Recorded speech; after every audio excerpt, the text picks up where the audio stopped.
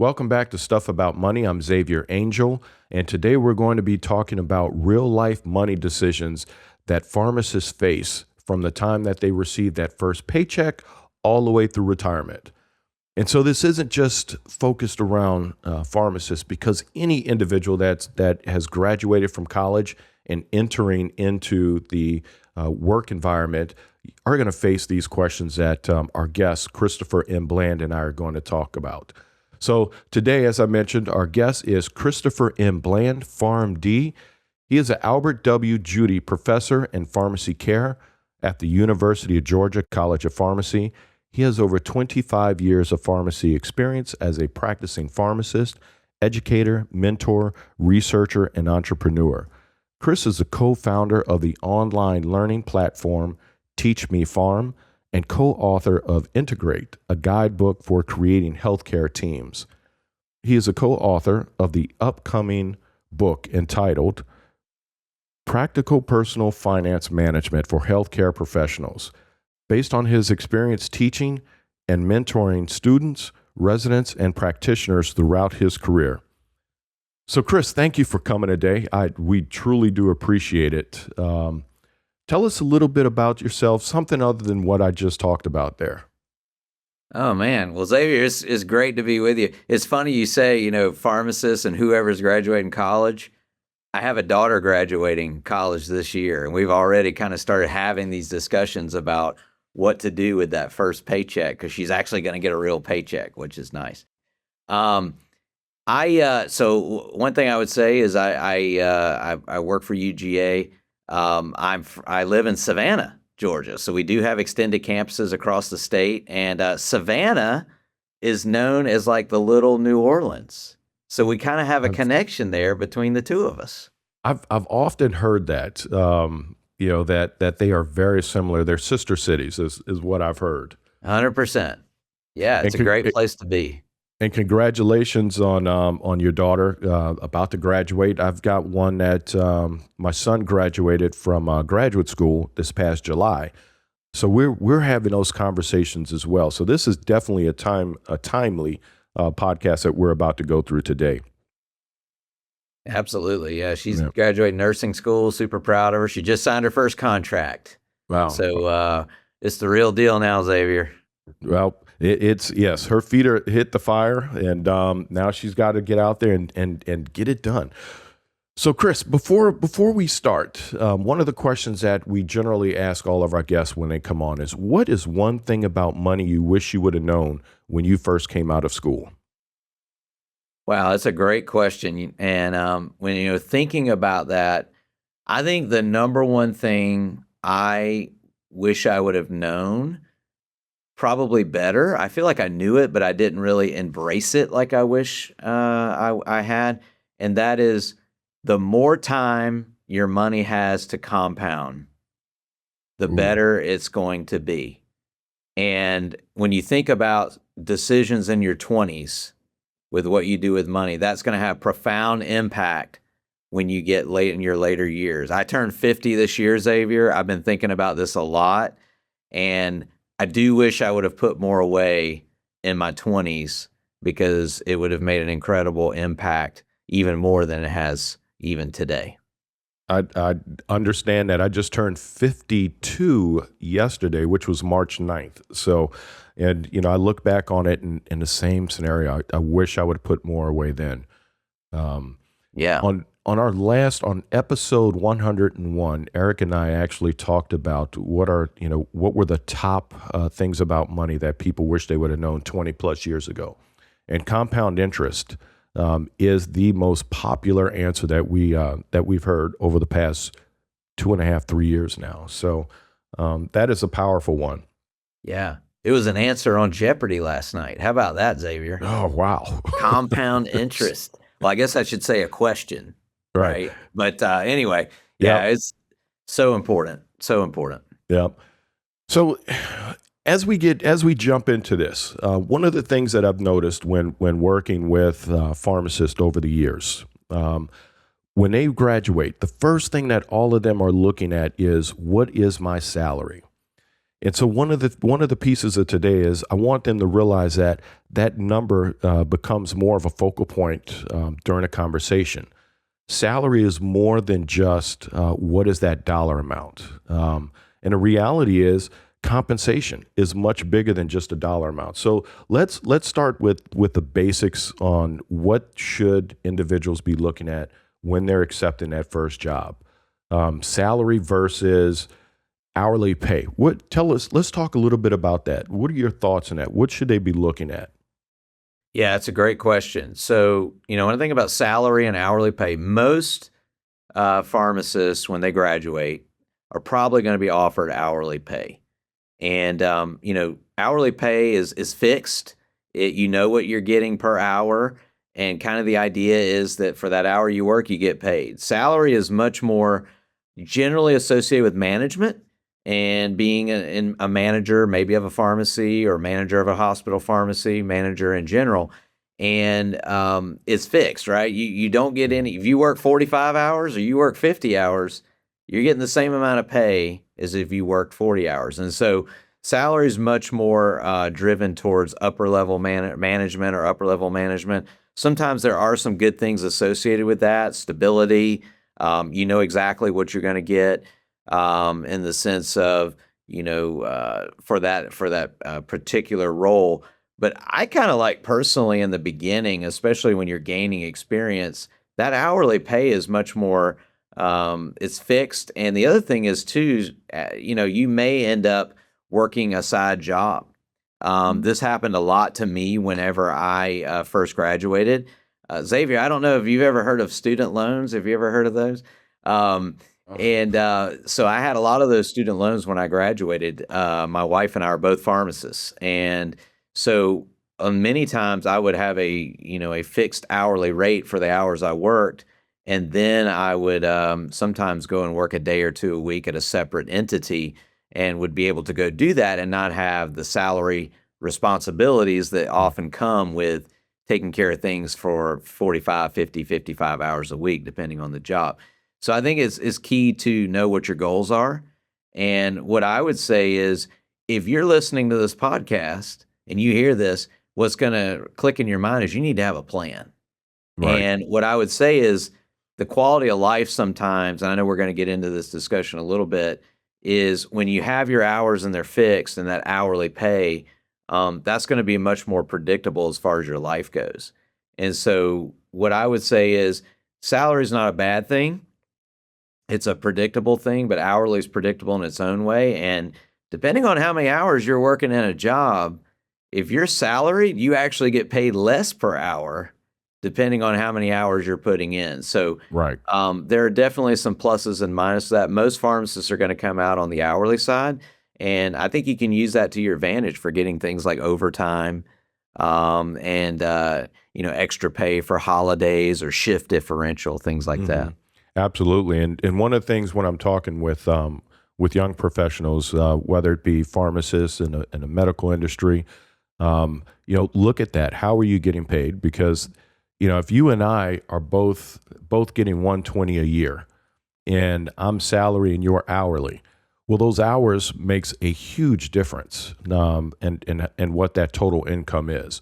If I'm working 55, 60 hours a week, that 120 doesn't go as far as if you're working the 40 hours and you're on an hourly salary. So I typically tell individuals when they're looking at the pay, how many hours are you expected to work?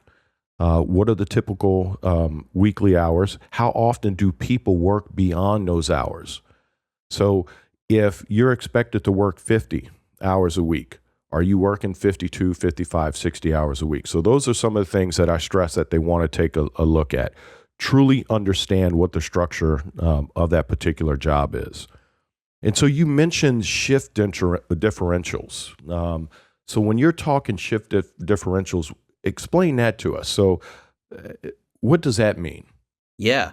So depending on the job, and this is very much an advantage in the hospital setting, is that for many folks that work in a hospital and they work not a traditional day shift, so they're working a 4 to 12 or a midnight shift, a 12 to 8 in the a.m.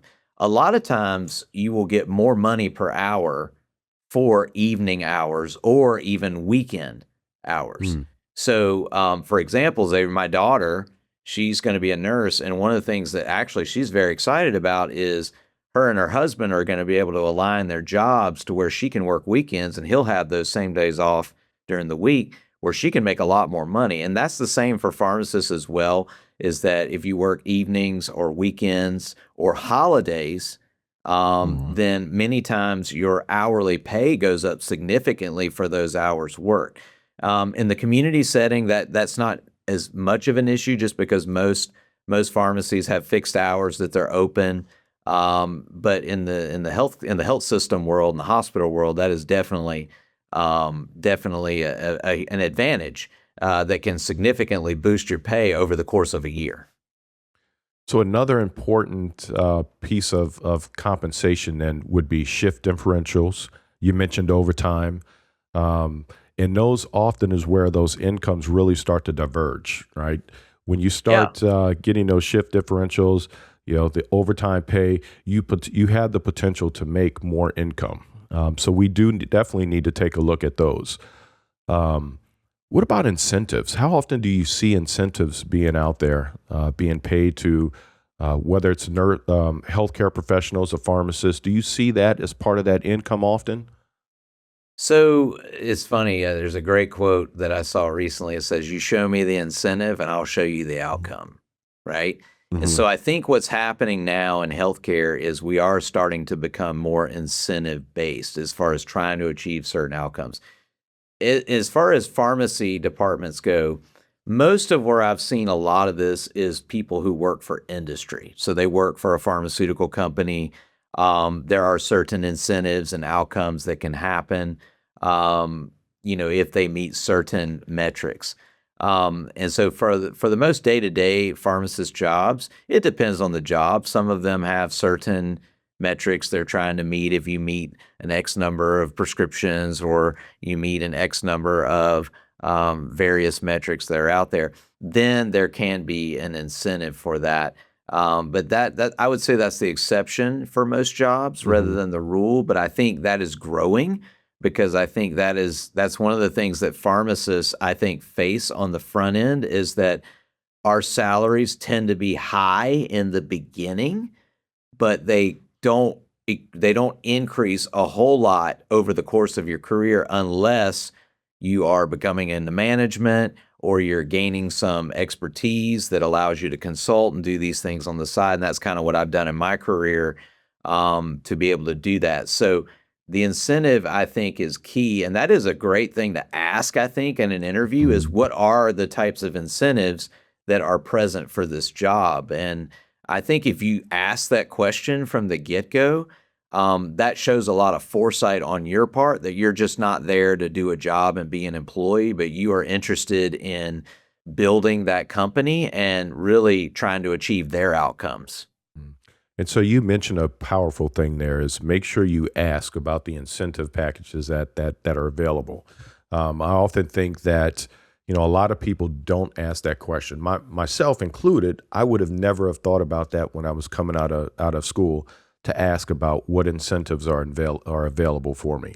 So Yeah, Xavier, my first job was with the federal government, and I did a horrible job with my initial structure to the point where I realized after the fact that I was actually on the lowest end of the pay structure. And it was Mm. so much harder to get it fixed later on, whereas your most powerful time to negotiate is in the beginning. And so I think asking those questions on the front end are critical.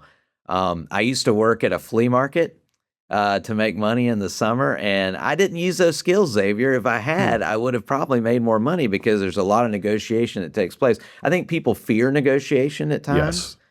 And the truth is, negotiation is a normal part of asking for hourly pay and salary pay, et cetera. So I think it's an uncomfortable for some people, but at the end of the day, it's your best time to ask those questions is at the beginning. Absolutely. And that's one of the reasons why I wanted to put this together so we can come out and talk about what are some of the things that, as a graduating professional, what are some of the things that are available for you, and what should you be asking? What questions? What should you take a look at? You mentioned quality of life and side jobs. I'm starting to see a lot more of that as well, because when they are on that hourly salary, right, you've got a little bit more flexibility. I call it income flexibility. The ability to be able to go out there and have that, and I'm holding up air quotes, that side hustle or that side job. It allows you to be able to go out there and do other things. So, what should professionals be looking for when going out and doing these side jobs? Yeah, so a couple things. One thing I would say is don't be afraid to ask questions and develop skills. One of the greatest things about the PharmD degree, in my opinion, is it offers you so many different skills that you can do. You have to interact with patients, you have to interact with prescribers, you have to write, you have to orally communicate well, and especially oral communication and written communication, those skills pay very well. And what I will say is that one thing to keep in mind is that side jobs don't have to give you health insurance. They don't have to Mm-hmm. give you retirement. They don't have to give you X amount of. My wife, when she worked as a pharmacist, at the same time I was working for the federal government, she was a contractor, Xavier, Okay. and her hourly pay was way more than mine because that company didn't have to pay for anything except for that hourly pay for the job. So I think that gives even more room for negotiation to really ask, those questions are, to negotiate to the highest amount possible. The other thing is, there's just so many things you can do that are applicable to healthcare. It could be writing a CE article. It could be speaking. It could be Mhm. consulting. I've done all sorts of things over the course of my career, and a lot of this is due to your network. And Right. so I would say a big part of this too, Xavier and I are big LinkedIn fans, I think, is that that's how you can kind of help determine and find people. I've gotten consulting opportunities just based on something on my profile. Um, and I'll give a funny story. Recently, somebody found me. They were in Savannah, but they were looking at our website for UGA, and they didn't even realize I was in Savannah. Hmm. And so they just saw my name and they reached out to me for a consulting opportunity. So I think the things to keep in mind is that as you are young in your career, be developing skills, seek out Right. these opportunities, network, because then things will begin to flow to you, especially in years like 3 to 5. Mhm. And that's where you can tend to really have some cool opportunities, and you just never know where that's going to lead. And some of those opportunities are out there, and I'm going to piggyback off of what you said is because I get this question when coming in and talking to third year pharmacy students, early in the fourth year. What are some of those opportunities out there that we can do if we don't want to be on a retail side or what have you? And there's PRN shifts, right? There's consulting work, go into teaching, or contract, as you mentioned earlier, but always be developing and honing those skills. And I think LinkedIn is a powerful tool as well for entrepreneurs and early career starters.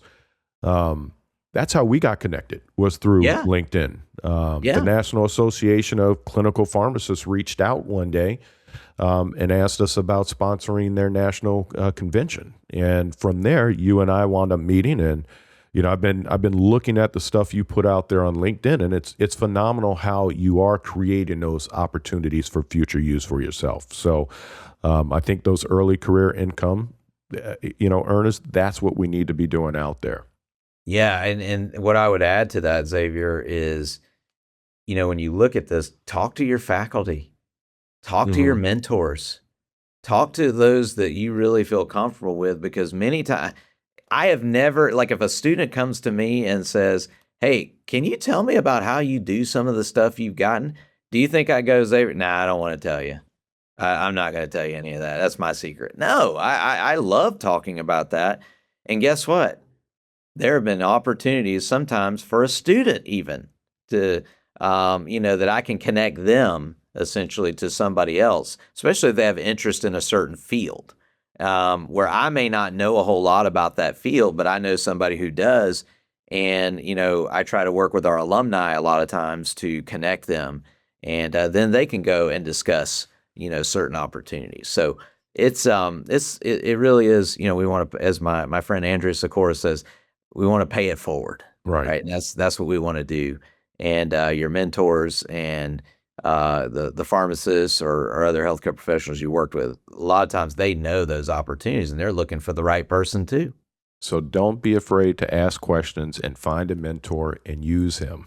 Yeah, Or her. absolutely. Use him or Yeah, her. exactly. So, and I'm going to bring this back to full circle on that income flexibility, because I think there's an extremely powerful use for it. And that's, using that additional income, whether we're paying down student loan debt, increase your savings, and also having the opportunity to begin investing, not just for retirement, but figure out what your short-term goals are, your intermediate goals are, or your long-term goals, and begin investing, because compounding interest, as you mentioned earlier, is powerful. And that allows you to be able to do the things that you want to do now, tomorrow, and in the future. So one of the other pieces when it comes to compensation and benefits that I think is very powerful, and I think we forget to look at it, is what are those benefit choices that are available to you when choosing that first job? And are you taking it out with that first paycheck? Because they can cost you thousands if you're not contributing to a retirement account, let's say. That could potentially cost you thousands. So, Chris, what are some of the things that you would recommend from a benefit standpoint that new pharmacists, new medical professionals, nurses, what are some of the areas that you think they should be looking at? Yeah, so when I think about benefits, I would say the hardest part is many people go into a job, their first job, just looking at salary or just looking at hourly Mhm. pay, like we talked about. But really, you got to be thinking, and for some of you, I think it's defining what your early goals are. Like for me, I was $100,000+ in debt.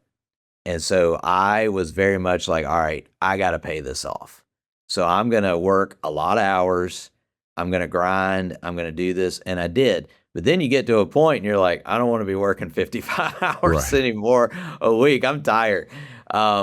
So certain benefits are really important. Vacation. Hmm. The saddest thing, Xavier, is you'll see an article in the Wall Street Journal. It's usually like once a year. And it's like so many people don't even take their vacation, and and they end up burning out. And Hmm. so how much vacation time do you get? When does that change? Like, okay, I get a week, 2 weeks now. When does that go up? What are the different types of holiday pay? Like, for example, I worked for the federal government for 14 and a half years, and we had 11 definite holidays. And so that's key. I mean, almost once a month, you're getting that day where you can spend time with your family. You can go a short vacation. And the other part of it is if you're working that holiday, you're going to be paid a lot more, at least in the Right. hospital system. So I think that it becomes a kind of a constant question and answer. But the benefits I think about are vacation. I think about, you talked about incentives. What are those? And then retirement. Um, the retirement is critical, and so many times we get so fixated on the salary, but in reality, I've heard of some companies, their the match that they offer, the 401k plan, the Roth 401k, those are questions that you gotta ask because Yes. those decisions and I cannot stress this enough, and it's why I'm writing my book. If you are in your 20s, this is the time to make the great decisions because when you're 50 like me or later this year, you're going to be very glad that you made those decisions. So pay Absolutely. is an important part, but it's one part. It's benefit, it's insurance, it's vacation, It's what type of retirement, how much do they match you? Um, all of those different things, sick pay. What does it look like if I'm out? Hmm. And so many things that have to be evaluated. One of the questions you mentioned, the 401k, and one of the questions that I frequently hear when individuals are considering is, what should I contribute to? Is it the 401k side? Should I contribute to the Roth 401k? And then they often ask what the difference is. And so, not to get deep into the weeds, I'm just going to address that real quick. And so, when we're looking at traditional contributions into a 401k, those are the contributions that go into the account pre-taxed. So those are dollars. If you're making $100,000 a year and you're contributing at 5% and you're putting in $5,000 a year, your taxable income now is $95,000 as opposed to $100,000. So taxes are paid later, at a later date, typically when you reach that 60 years or older, or you are in retirement. The other option that is available is going to be the Roth 401k, and those are after-tax contributions that are going in. So that same person making $100,000 a year, if they're putting in $5,000 a year, they will currently pay taxes on $100,000, and then those withdrawals during retirement time are typically coming out tax-free during retirement time. So, like you mentioned, it is imperative that they start early. Look at what the matching contribution is from the employer, and then make your decision on how much you can put in right now. Also, I strongly recommend that when you are looking at making those contributions into the 401k, and I'm going to mention this because I often find that those within their first 1 to 3 years of working, they do not add a beneficiary on those 401k accounts. Great point. And a lot of times they don't do it because they're not married. They just don't think about something's going to happen to me. But you want to consider putting someone on as beneficiary, whether it's your parents, your siblings, whomever that may be. You definitely want to put something on there.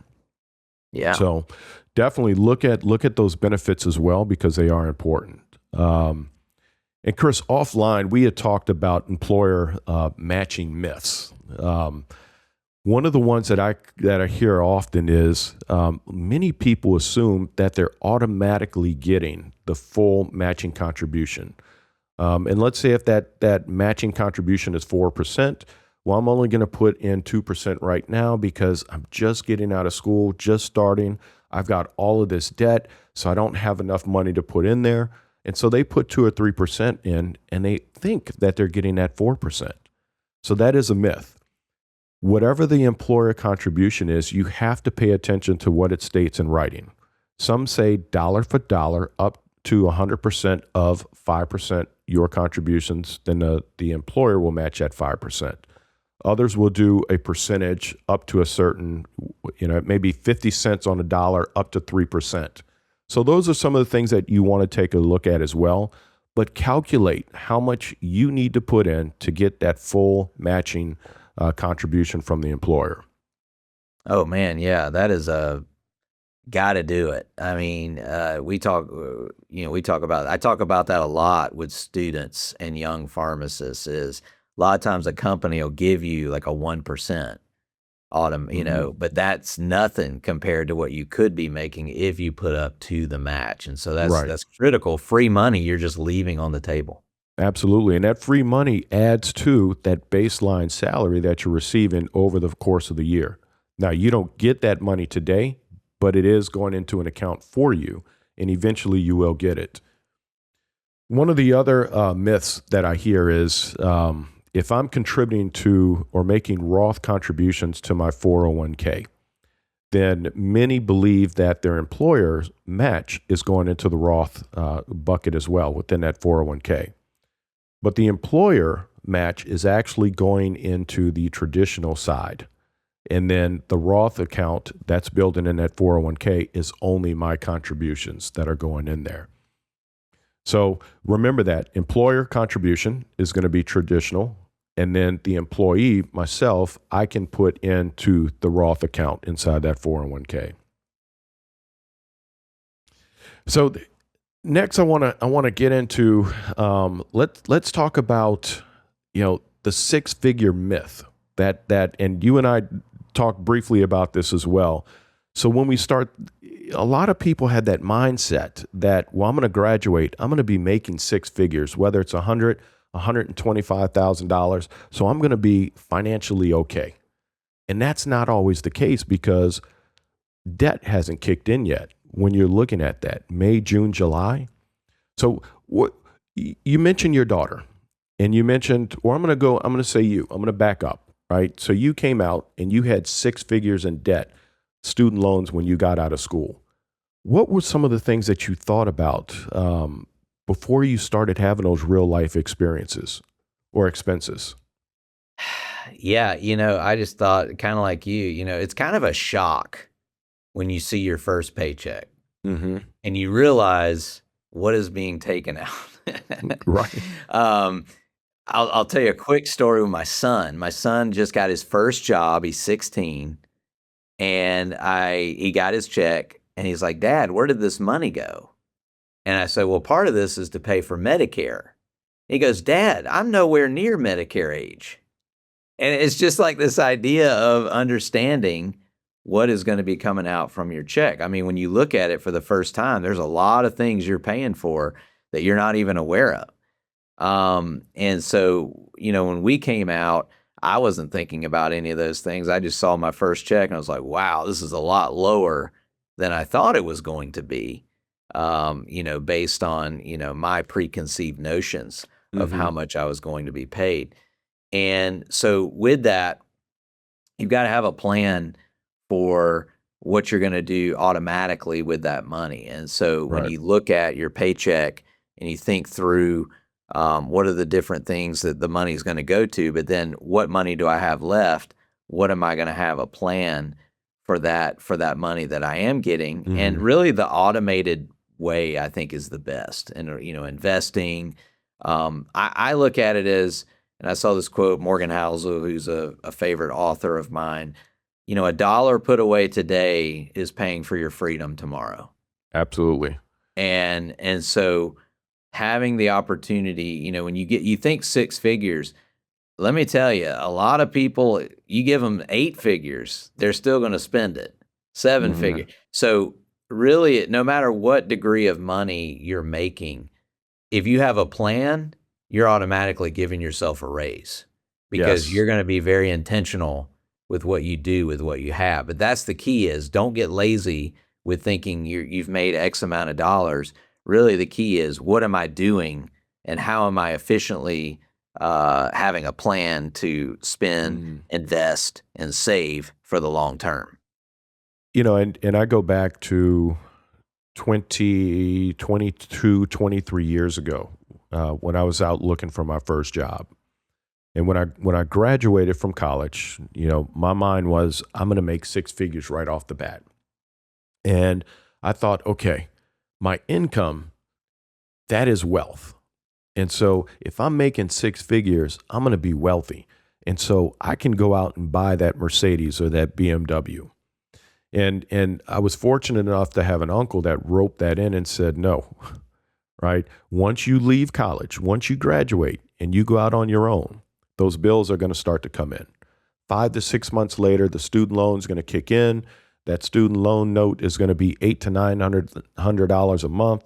You still have to pay for your living expenses. I had never bought groceries before, so I didn't know what it was to go out and buy groceries for 2-3 weeks. And so, there is that idea, and I want to talk a little bit about this. Is income and wealth are not the same. So, what do you give us your thoughts on that? Yeah. So income versus wealth. Wealthy is, the goal long term. Income is today. Wealth is built slowly over time. I think I have a turtle that likes to hang out in my yard, and I think about this all the time when I see the turtle. Is that slow and steady wins the race, but you got to start the race. That's the key. Right. Right. You have to start the race.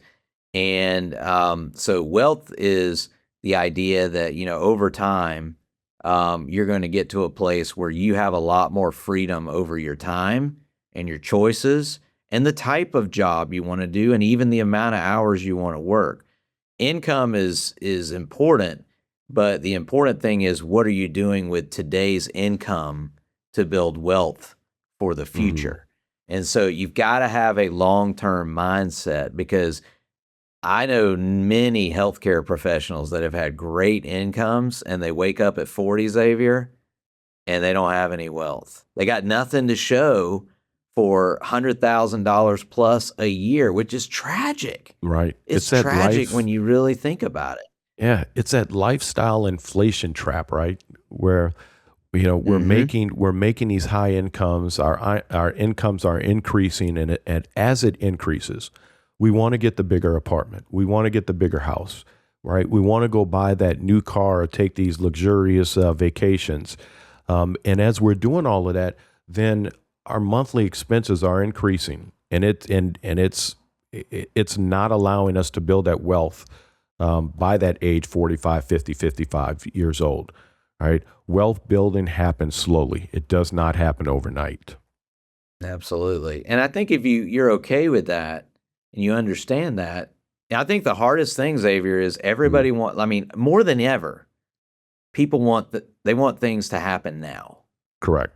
And I show my students, I show them what will happen over time with compound interest. And I show them that even if you look at 10 years out, it doesn't look that different.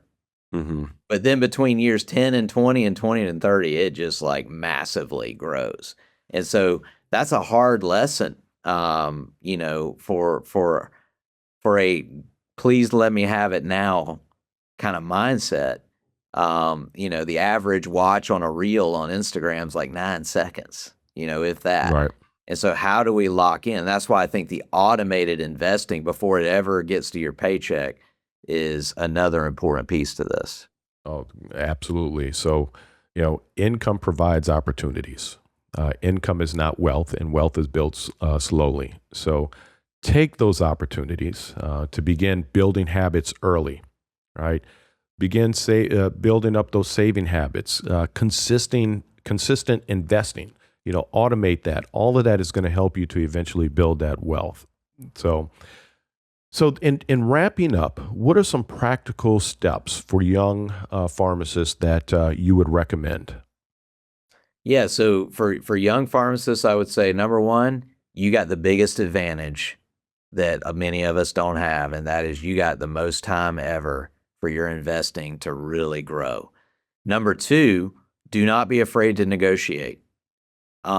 This is a time where you need to kind of get over the idea of I'm just going to accept whatever is offered to me. I think it's very reasonable to have a solid negotiation. That is normal. And three, just look at every aspect of the job. Don't look at just salary. Salary is an important piece, but as I said, if you have a plan from the beginning, you're going to make whatever money you make. And the difference between, you know, a salary or an hourly rate here and there, really the key is, do you have a plan for what you're going to make? Because as Xavier, you were saying, that's what's going to result in wealth. You have to look at the finish line 30 years from now, but that starts by having a plan now. And so Mhm. negotiate, build those skills over time, because more opportunities will come. Build your network over time, and ask questions, because that's what you make now is not what you're going to make in the future. Right. But the wealth you build now is so important. That time compound interest is critical. And so to be able to do that early on in your career is so important. Right. So, income isn't this, or six figures isn't the starting point. Right. No. But it's not the finish line. Wealth is built through time, discipline, consistent investing, and thoughtful financial decisions. So if you don't remember anything else from that, remember those four things: time, discipline, consistent investing, and thoughtful financial decisions. Well, Chris, I'm glad you came on. It's been a pleasure having the opportunity to get to know you and to talk to you today. And hopefully our listeners get a lot out of this. Anything in closing you'd like to say? No, I would just like to say I want healthcare professionals, pharmacists, to really take ownership of this topic. We work too hard, and you've gone to school for too long to not have a plan for financial freedom and wealth long term. It's just a tragedy. So take the time, educate yourself, make that next step, because that step in your 20s, you will be so glad when you in your 40s and 50s that you've done it, and it's going to free you up to do all the things that you really want to do with the rest of your life. Great stuff, Chris. I appreciate you coming on board and looking forward to having you join us in the future. Thank you. Yeah, I love it. This is a lot of fun.